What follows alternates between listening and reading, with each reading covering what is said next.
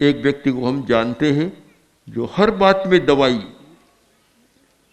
दवाई दवाई लेता चला जाता, आखिर में इतना परेशान हो गया कि फिर प्रेक्षा ध्यान की शरण में उसको आना पड़ा, तब जाकर कुछ ठीक हुआ है। एक विश्वास बन जाता है कि एक दवा ली, रिएक्शन हुआ कि यह दवा फिर लो, फिर वह ली रिएक्शन को रोकने के लिए, उसका रिएक्शन हुआ तो फिर तीसरी लो। तर्कशास्त्र का एक शब्द है अनवस्था, इन्फिनिट, जिसका कोई अंत नहीं है, एक के बाद एक होता चला जाता है। हम अपनी मूल शक्ति को पहचानने का प्रयत्न करें कि हमारी शरीर की रचना ऐसी है कि बहुत सारी तांत्रिक सुविधाएं हमें प्राप्त है।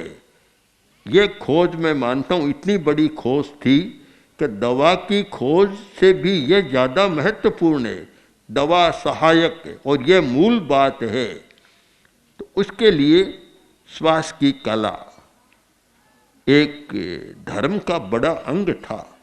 श्वास लेना सीखना धर्म का, पर आज धर्म तो और बातों में रूढ़ हो गया, इन बातों को भुला दिया गया। वैदिक परंपरा में त्रिसंध्यम, 3 संध्याएं की जाती थी। मैं मानता हूँ 3 संध्या एक इतनी बड़ी चिकित्सा थी शरीर की और मन की, पर आज शायद संध्या बहुत कम लोग करते होंगे, करते हैं तो अभी पूरी विधि नहीं जानते। 3 संध्याओं की तो पूरी साधना की विधि थी और उसके साथ 3 रंगों का ध्यान किया जाता था, जो कि रंग हमें बहुत प्रभावित करते।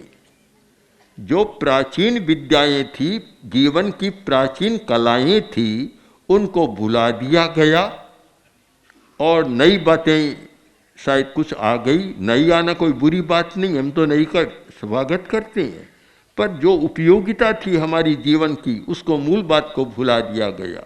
श्वास लेने की कला बहुत बड़ी कला है।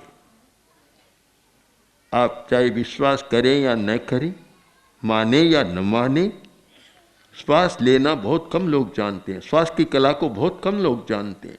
अगर एक श्वास की कला को जाने तो आप अपने मानसिक समस्याओं को बहुत सुलझा सकते हैं।